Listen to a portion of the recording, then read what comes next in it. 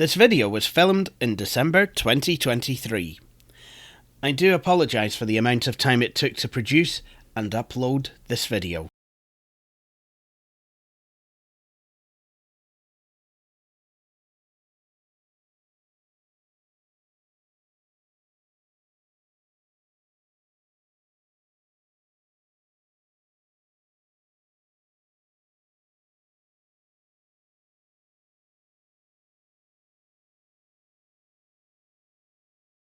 I would like to thank Amy Gilbert for her kindness in allowing me to record this video.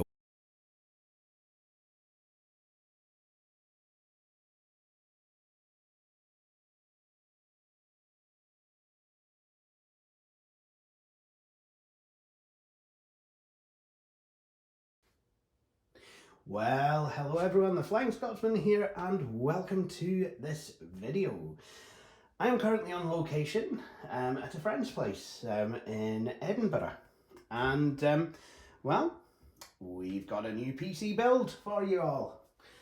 So, with that said, let's have a look at what we have. Now, unfortunately, I don't have my tripod with me. I meant to bring it, but I don't have it, so this is going to be a wee bit more piecemeal than I would maybe like.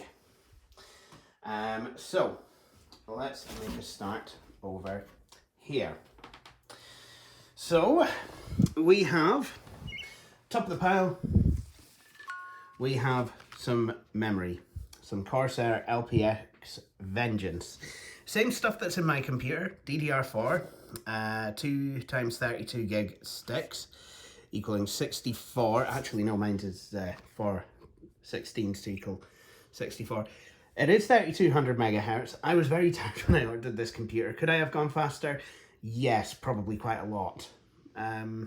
But it should work, should hopefully be stable. So, with that said, that is your memory RAM. It's good for Intel Core i5, i7, yada yada.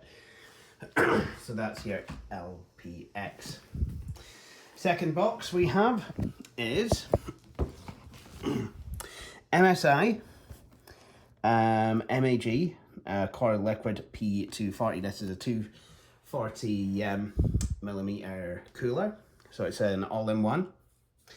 So the way that works is that water will be cooled by the fans, and then it will go and cool down the processor, and then heated up water that's been heated by the processor will then go back to the radiator to be cooled. Fantastic. If I try and put that to one side, if I can do it one-handedly. And then we have the main board, the backbone of the whole system. Now this is an MSI MAG Z690. Now, at the beginning of the year, I built a computer with an MSI MAG Mortar B660. Couldn't get that board over here. These boards are getting old. Unlike the machine that I built at the beginning of the year, this uses DDR4. This is an MAG Z690 or Z690 if you're stateside or Canada. Tomahawk Wi-Fi DDR4. And it uses, so this is like the 12th gen chipset. Now the reason that we're going to go for DDR4, we'll talk about in a wee bit. But come over here. So there's a case on the bed. Well, this case, it's in its wrapping, but it's quite a good one. It's quite a fancy one. It's an MSI MAG case. I think it's a full ATX one. Got RGB LEDs down the front, ARGB I do believe, and the door opens like this. So quite a fancy case. Get those in black, navy blue and racing green, and we'd hoped to have gotten one of the coloured ones, but we couldn't get one easily. So got another box here, more parts. So we have a central processing unit. Now this one, hopefully, is the Intel Core i7 12700K. There's a good reason that I've chosen this chip. And the reason is, this chip is brilliant. It's fast. It is fantastic. But gee, I hear you cry. The 13th gen came out last year. The 14th gen is out now. How are you doing that with such old components? You're trying it on Windows 98? No, actually. I don't think that the 12th gen Intel processors are compatible with Windows 98. No, we're trying to run Windows 11, and the reason that we're trying to run Windows 11 on such old hardware is because the 13th and 14th gen sockets, processors rather, are really, they run very hot. It's not the most pleasant. So yeah, I decided to go for the 12th gen. They run cooler, use less power, and it's just better for all concerned. Now, the reason I've gone for such archaic RAM is because the 12th gen processor prefers DDR4. Now, with the system I built in January, we have had some crashes. That's my fault. I should have known about DDR5. Didn't, but it's came to light. There's been problems. Like, my friend's managed to get away with running his at 4000 megahertz. A lot of people have been unable to get the machines to even boot. So that's why DDR4 and 12th gen processors. So I'm building a computer from the Jurassic period. Or something. I'm building a computer from 1871, as David does tech stuff might say. Been watching a lot of his videos recently. SSD. Well, gotta be crucial. P5 Plus, 1 terabyte, I believe. Yep, no, it's 1000 gigabytes. Different to a terabyte. So there we go. It's pretty fast. And in this envelope, we have more storage. This is like a game of pass a parcel. We have a 10 terabyte HGST drive. And this is going to be our secondary storage.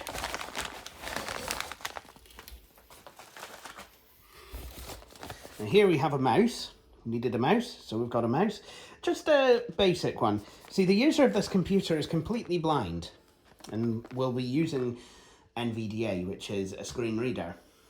But for anyone who's sighted, who needs to help with the computer, we have a mouse. This is why I've just gone for something quite cheap, but still quite usable, because really, we don't need anything too pricey. And then finally, we have a Be Quiet power supply. Now, the reason we went for this is because it has a funny name. But also because it's seems to be a reasonably good brand, 750 watt, gold rated power supply. If a graphics card was needed in this computer down the line, because more accessible games are coming along, that even though a blind person is playing them, still require a good graphics card to even run, then this should be able to drive it. I have a XPG Core Reactor 750 watt power supply in my main machine at home, which runs a Ryzen 6 3600 and a GT and an NVIDIA RTX 3070. So the final part of this machine is this monitor that's been unceremoniously dumped. It's an AOC 24-inch monitor, 24B2XH. Again, the monitor is not needed for this computer's primary user, but it will be useful if anyone with sight needs to use the computer. So that's what we've got. So I'm going to jump cut and it will be time to start putting this machine together. So now let's have a look in the motherboard box. So I've had this unboxed before, but I thought I would unbox again for all you good folks.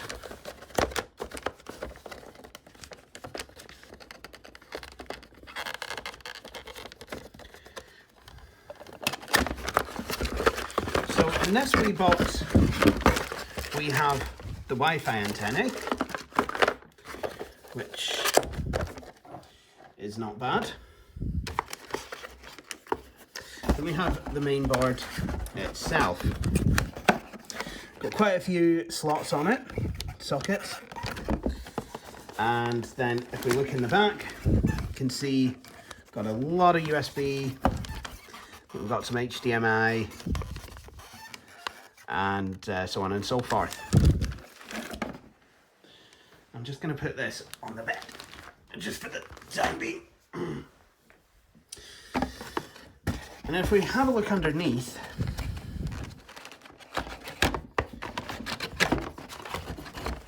load it. Oh, James, that's not good. We have some gamery stickers. We don't have the MSI badge that I got on the B660 or even my board. So I think I'll just leave these stickers in the case, honestly. We have a USB pen drive. I don't know what's on that. That'd be quite exciting to see. Got some SATA cables, which is really quite useful. Oh, wait, no, hang on a minute. Hang on a minute. No, we did. We got a screw, an NVMe standoff, rather. Quite useful to have. And we have... Oh, we do have the Scorpion, or whatever it is, MSI badge. That is fantastic. So here's the board. It's a Tomahawk, and it's got SATA parts under a cutout like my B550 board does, and the circuit board, well, underneath is a bit sticky. All these MSI ones are. So now it is time to put the CPU into the socket. There we go. I think that socket is absolutely fine. So when you're putting a chip into a socket, you want to see if there's any keys or anything like that, which I'm not sure if there is on this one. Oh yeah, no, there is. Yeah.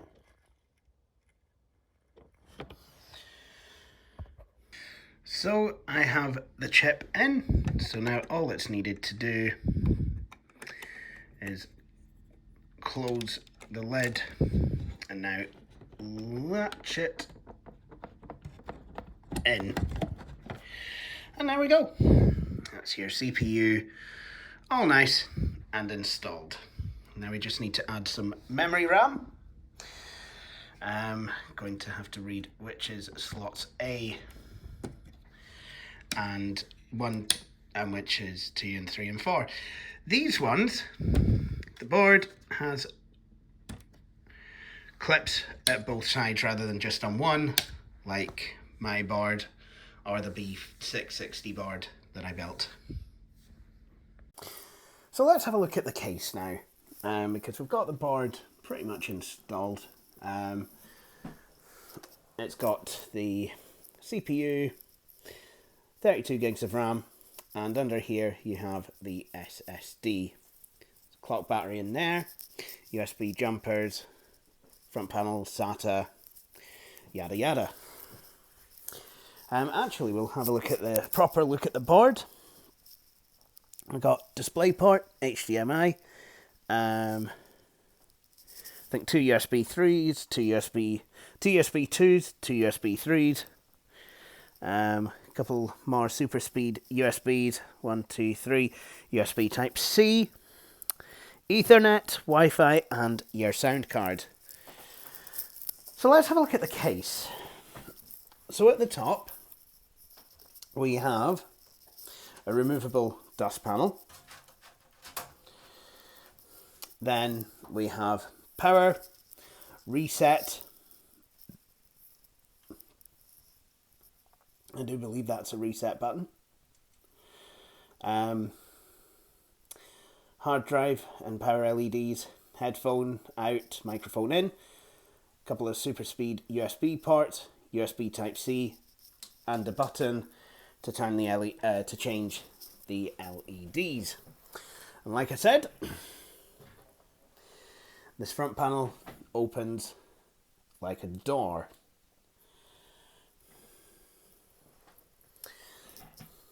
And inside we've got the power supply shelf. Got we can install fans in here, or what I'm probably going to do, I'm going to probably install a radiator.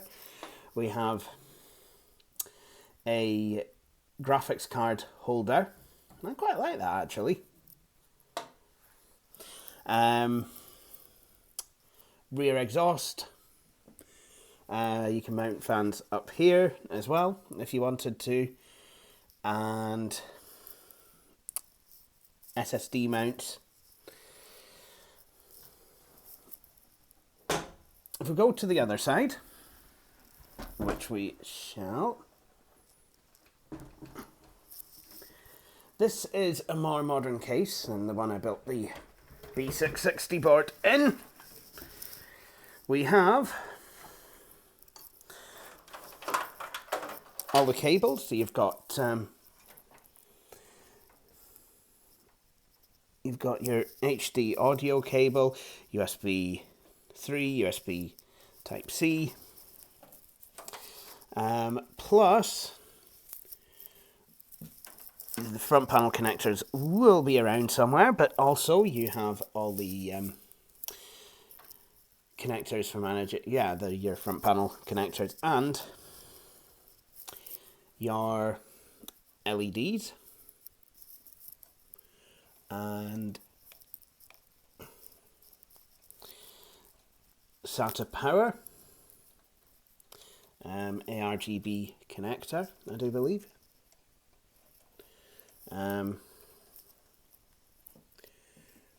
Also got a standard and an RGB connector if you should happen to want to go that way. What was that? No, I think that's also powered. That fan, that's also got an LED, I think. Nice, we'll see when we power it on a bit later on. But now I was wondering where these were. I was a wee bit worried that they didn't have them, but if I squeeze these two tabs, out slides the hard drive caddy, and here we see some screws, standoffs, zip ties. So there we go. We are ready to install the main board into the case, which I will do off camera. Well folks, the motherboard is installed in the case. And I don't know if it's because of my sight. I don't know if it's my sight going, but these front panel connectors were a bit of a scutter. But I put them in through a cable management hole. So there we go. We've just got next part to do now is going to be the cooler. And then hopefully I'll be able to power this thing up with a monitor. Well, that and a power supply, actually. We need to put the power supply in. I think the power supply is completely modular, which is going to be good, honestly. So we just want the 20 plus 4 pin connector and the 4 pin connector, which has got to be around here somewhere. If I can ever find it. That said, I do have the manual to the board on my iPad. so we will see what like. So that is the water cooler built. Had to put 2 fans on it, 2 120mm fans. Now the plan is, hopefully, I've just put the heat block in the case. Now that's got that's a copper heat block, and that's got the plastic on it until such time as I'm ready to attach it. A couple of things I have to do first. Just gonna pop this in there. I will have to, first of all, well, I'm gonna have to attach this to the block so that it can connect itself to this. There's different brackets. So there's some for AM3, 1200, and a Molex connector. There's even some cooling paste. Now I forgot to bring my Arctic Silver, which is what I would have preferred to use, but I've got this, so I will use it.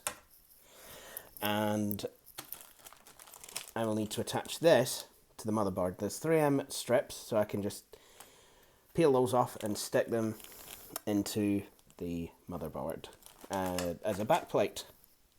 So if we want, we can test fit it first, just check it all goes in, which at the moment it's not doing because I'm not lining it up properly, but now it actually is. So that works. So what I need to do now is unstick the tape, which I should probably do two-handed, so I shall. So I just need to push these into the holes on the board and then just press that down, and we have ourselves a back plate that we can screw the cooler into. The way that we're going to do that, we need to attach this to the block. Before we think about any of that though, let's get this mounted. Now we're going to mount this to the front, which will retain access to the board. Now on the B660 build that I did in January, I had to mount it up at the top because there was an optical drives, an optical drive and a few other things in the front, and it did kind of restrict access to the main board. So because we have room in the front, this is where we plan to put the cooling. Now if I wanted to, I could add more fans to the front for extra airflow and have it cooling up at the top. There is more room in this case for this cooler than there was in the Fractal Design Focus G, but I think we'll just leave it at the front. There is some cooling, but it mostly comes out of the sides. But so actually, I might put it to the top. Thinking about it, should still have at least some access to the board because, like I said, the case is bigger. So actually, I think I am going to mount it at the top, maximize airflow. So the cooler is now installed.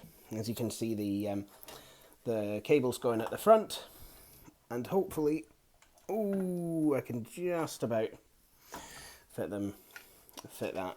Do you know what? Actually, that could stand to be moved an inch or two over, just to give it a bit more flex. So I will do that. But luckily, I don't need to take it out and put it back because these screws are on wee runners. So I just loosen them up, and there we go. Actually, I could put 4 more in, so I might do that as well.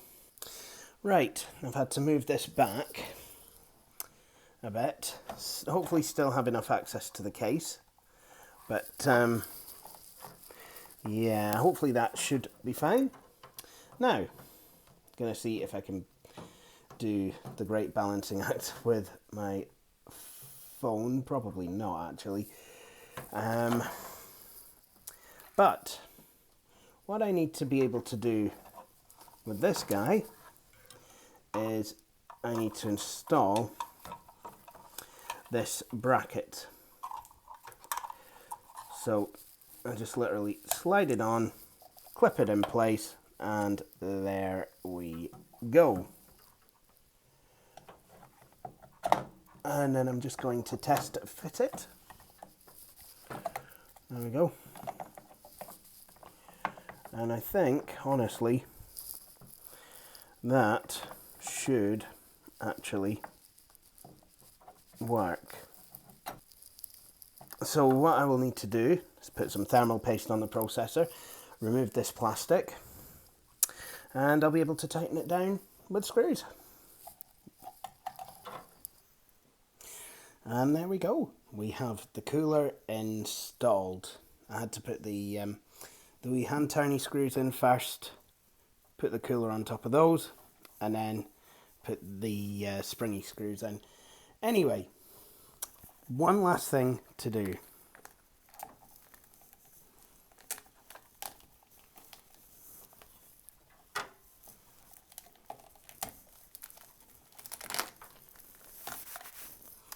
And there we go. So now we have one more thing we need to do before we can smoke test this computer, and that is to install the power supply. Well, folks, it's stupid o'clock in the morning. But look at this. I have the machine working.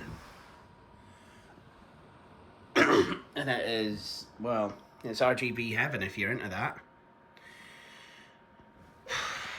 How have I thought about it? Well, I quite enjoyed working on the board. It's got a lot of RGB, it's got a lot of, it's got quite a lot of different expansion. B660 board came with screws. I like screwdrivers, but I would quite happily trade those for memory slots that have clips at both ends. And yeah, I quite like it. Let's have a look at what we have. So CPU core temperature 22, 23 degrees, motherboard temperature 26, V-core 1.23, DDR voltage 1.20, UEFI, and it's got 64 gigs of RAM, 12 inch Intel Core i7-12700K. BIOS build date, 6th of September 2022. Oh dear. I think I might need to update that. Yes, enabled. So yeah, CPU frequency. Can't see what the memory frequency is. I can't really see much, honestly, because oh yeah, no I can't. DDR speed 2133 megahertz. Ew. Ew, ew, ew, ew, ew, ew, ew, ew. Yeah, no. I would rather not, if it is all the same to you. I think it has discovered potentially the EFI, the NVMe drive. Hopefully it has. Well, there we go. What I'm going to do, I'm just going to pop this off and think about bed.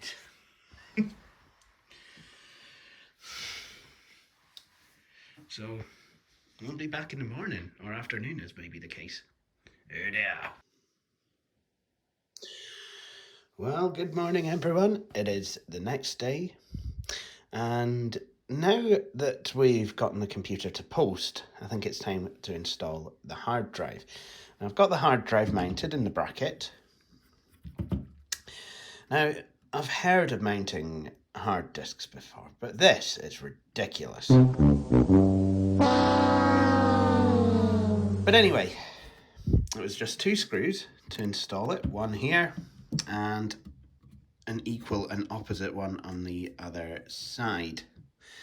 Now this is an HGST 10 terabyte hard drive. HGST seem to be about as dependable of a hard drive, mate, you can get these days. So let's go ahead and install the hard disk drive into the one caddy. I don't think I could use this case personally because, well, I have more than one drive. Right, this, hang on. There we go. There we go. And that is fantastic. Now, all we need to do now is get some cables to it, between it and the board, and we'll be good to go. Now, since last night, I have now connected a keyboard and mouse to the computer, and I've made some cursory settings, changes, and we should be ready to go. And we are back. It is currently 14:29 or 5:45 on Friday the 2nd of December 2022, if this computer is to be believed at the moment. But, well, this hard drive is well and truly dead. So that's going to have to go back. I've had to literally nip into town to the shop with the unfortunate title of Sex, C-E-X. This is not a paid ad placement, by the way, to buy a second-hand hard drive. There is literally nowhere on the high street in Edinburgh that will sell you a hard disk drive on a Sunday anymore. Certainly not new. They will sell you SSDs, and some shops will sell. There's a shop that will sell you an SSD up to 2 terabyte. But if you're wanting a hard drive, you are literally SOL. So I've had to go to Sex. Luckily, they had a used 6 terabyte spinner in. I don't know what the condition is like, but it will do for now. This is an HGST spinner. So that's working. I've checked it. Still not got around to the install Windows part yet. So we're just in the BIOS. So what I'm going to do is I'm going to quickly unmount that, mount this in there, and slot it in, put the drive rack back in, and hopefully we will be good to go. And then I can button the machine up and install Windows and see how we get along. CPU temperature has been sitting pretty, so I think we're actually doing fine. Obviously I will plug the RGB back in. I had to unplug it and just double check, connectors and everything. But no, everything is now working. So what I will do, I will go and re-sanitize this setup. We have a cat error, folks. Cat error. And that's Amy Gilbert. You can hello, see her. Hello. I Yep. would like to say thank you to the Flying Scotsman for the wonderful build of my machine. I would thoroughly recommend the Flying Scotsman to build computers, and yes, there we are. You can also catch me on 99.8 Shmoo FM and Anchor Radio as well. Yes. Yes. So we are currently setting up my Windows 11 flash drive with the latest version of Windows, which at the time of recording is 23H2. And we're going to see if we can snoop around the laptop, find some installers, nick some great apps off of Amy and take them home and put them on my computer. And what I mean is install them onto this machine.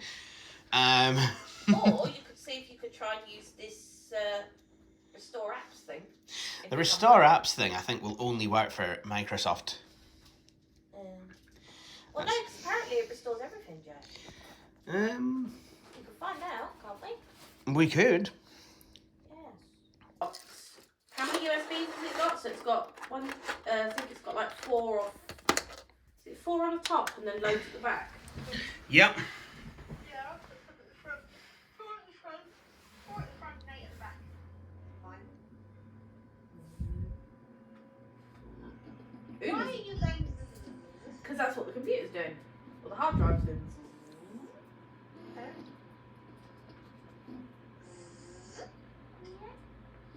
I'm also going to plug my big external drive into that as well. Yeah. All right, then. That's a good idea now, isn't it? Ah. Okay, so this is about as obnoxious as you can get. I'm sorry, I've never agreed with forcing people to have Microsoft accounts. And I've always felt that the hack of disconnecting your computer from the internet to get Windows 11 set up is all well and good. Now, though, there's no internet connection, there's no Wi-Fi drivers on Windows 11 for this board. So I cannot physically get online with this computer. And as a result, I cannot set this machine up. That is really obnoxious, and Microsoft could do with, well, I can't say, honestly, because I'm so angry about this. I hate it. However, there is a way to get this to work. We are going to need to install Wi-Fi drivers. This board's got Wi-Fi on it. Now, this flash drive came with the motherboard, and I was curious to see what was on it. Now, I think it will be drivers to the computer. So what we need to do is plug it in, actually. It could just be imagine if it was another Windows installer. I'd just restart the computer with it. Are you going to carry on filming while you're plugging that in? Yeah. Yeah. There we go. So, you need to shift F10 into the command prompt and type Explorer, which I did do. So, now I have MSI disk. Oh. Okay, that's a disk image file. Okay. Do I get that option? This early into setup? Or will I literally need to get another computer out and download the drivers? Because, I mean, that, again... Yes, I want to have the drivers downloaded, but... I hate this, honestly. So I'm just attempting to load this image file. It's taken a while to mount. Does it even want to? I don't know at this point. That is really obnoxious. I hate this. Do you know, I actually had to set up. I sold my Asus laptop. I actually had to set it up with Windows 10 just so I didn't have to sign in with Microsoft. You know, just so I could set it up with the drivers and then just, you know, let it go. You're not signing in with Microsoft. You need to be online. And because I've not installed any drivers yet, I can't get online. Oh.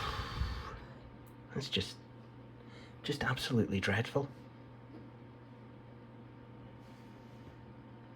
So I was able to go on in to Windows Explorer using the command line in Windows Setup by pressing Shift and F10.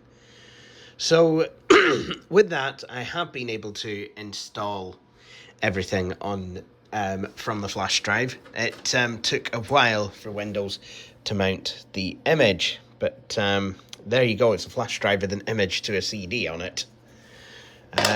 So hopefully now this should act like a computer that's had all its drivers installed from the factory. So we should get quite an OEM experience. So it is time to log in. So I'll do that once I'm back at the desktop. So that is the computer pretty much built. We have Windows 11 installed. I think it's Windows 11 Pro. Signed in. And we are... Let's have a look at the system.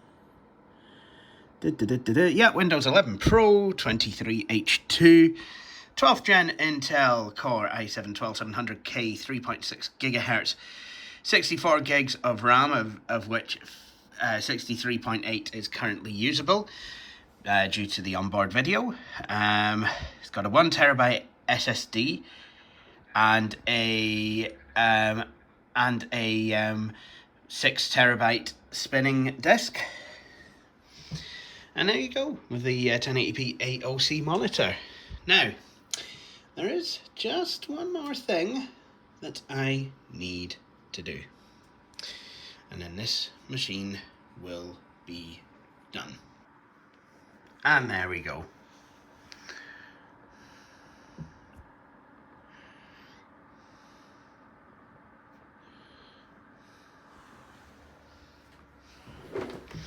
And we can take a look inside.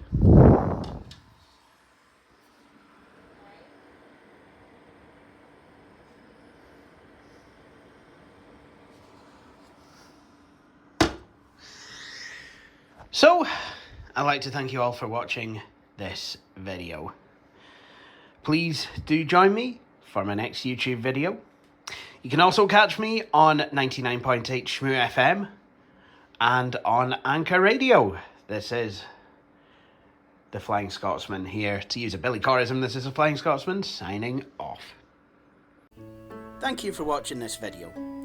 If you enjoyed it, please hit the like button. You could also subscribe to the channel and hit the wee bell icon to be notified when I have published a new video. But until then, please feel free to check out some of my previous videos.